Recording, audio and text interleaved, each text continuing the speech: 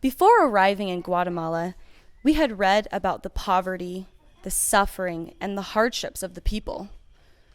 But what we found was a proud and vibrant community that wasn't afraid to roll up its sleeves to overcome. These are their stories. Everyone gets into business for their own reasons.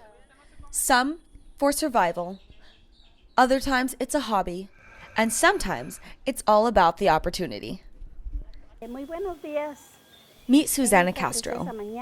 She works here at this medical clinic run by her friend Dr. Sergio Castillo. But Castro is not a doctor. She works here for a different reason. 6 years ago, Dr. Castillo noticed that patients had no chance to eat when they were waiting at the clinic. And that was Castro's opportunity. She began what Castillo refers to as her small tropical McDonald's. Across the street, this mother of 5 starts her mornings in her kitchen. A las 3 de la mañana. Empezamos a arreglar el pollo y empezamos a dorar, o si se hace chile, entonces preparamos la verdura. Since the age of 12, she's known how to cook, but she never anticipated it would bring her success.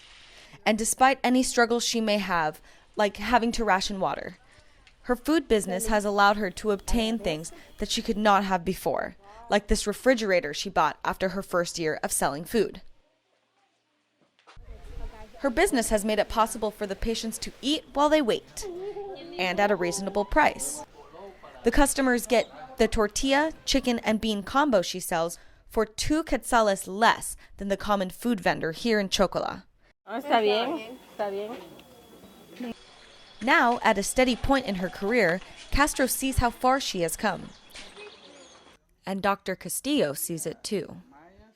La economía siempre es muy precaria y tratamos de hacer una especie de programa piloto con ella de que sirva de ejemplo para el resto de familias, de que puede hacer las cosas, de que hay que buscar las maneras y que a veces lo que miramos como problemas son nada más oportunidades que tenemos que descubrir.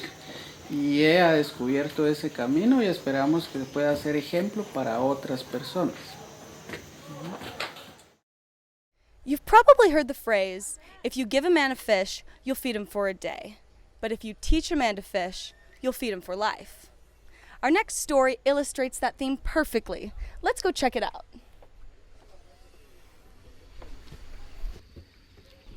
When thinking about Guatemala, we usually don't think of bamboo.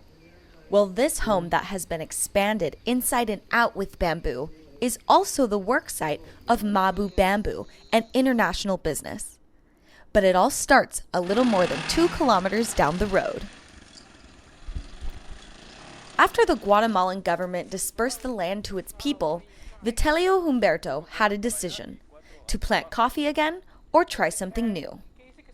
On this 20 cuerdas of land, also known as 20 acres, Humberto has grown this forest of bamboo that now, 15 years later, reaches to the sky. With the help of workshops taught by a mission group from China, this man found his passion and the art of a skill that has taken him up the road to entrepreneurialism. Back at his home, Humberto and his 6 employees work with special tools. They transform this giant plant into furniture and household items that stay strong for over 50 years. From being a coffee plantation worker, the transition of work was not easy. In order to start, he had to get a loan from an agency. After paying it all back in the first year, Mabu Bamboo began profiting more, allowing them to purchase more tools. Pues la verdad, trabajar en el bambú para mí ha sido de gran beneficio, porque a través del bambú, gracias a Dios, yo he tratado, gracias a Dios, logré sacar avante a cada uno de mis hijos, porque todos ellos pues estudiaron, se graduaron y cada quien ya depende de sí mismo, de su trabajo. Now, Humberto strives to help others and hopes to teach more in his community the skill so that more families can experience the benefit that he has brought to his family. In television, we have something that we call B-roll. This is visuals that helps tell the story. Well, in this case, what we're going to show you is literally B-roll. Come with me.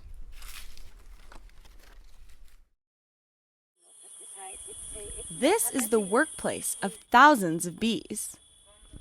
But they're not the only ones who work here. In their own backyard, this couple manages their very own bee yard. Roughly 30 years ago, Feliciano Vasquez lost his farming job. But that was the beginning of a new chapter for the family. Their first beehive box cost the equivalent to about $3 American. La primera es solo compré. Solo lo compré. Me costó 25 quetzales. Y los 25 quetzales antes era dinero, pues. Era dinero.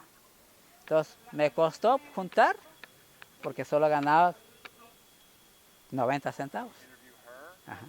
Me costó mucho. Tengo que aguantar hambre. No comprarme qué comer por el amor de esos animalitos. But with hard work, Vasquez turned one box into 37 with his own two hands. And now they have a family-run business. Vasquez takes the honeycomb from the hives, and the children help to separate it. Maria Masario, or as Vasquez calls her, the queen bee, pours the honey so it can be sold to the public. Today, they sell the honey by the quintal. That's 100 pounds. But unlike most businesses, their success depends on more than just technique and clientele. It also depends on nature. Sometimes, the bees don't produce enough honey to make profit. So they grow cacao, avocado, and bananas to sell, and oftentimes to eat when they have nothing else. Another challenge is other bugs. They are a continuous threat to the bees and must be closely managed. Yo agradezco a Dios porque Él aprendió este trabajo. Con eso comemos, con eso vivimos, porque no hay dinero y no podemos comer. Ahora yo agradezco a Dios porque Él ya tiene un su poco negocio, aunque no mucho, pero ahí estamos viviendo por la gracias a Dios. With the loss of a job, the family was led to learn the art of a skill that helps them survive day by day. From Chocola, Guatemala, I'm Shayna Vidal.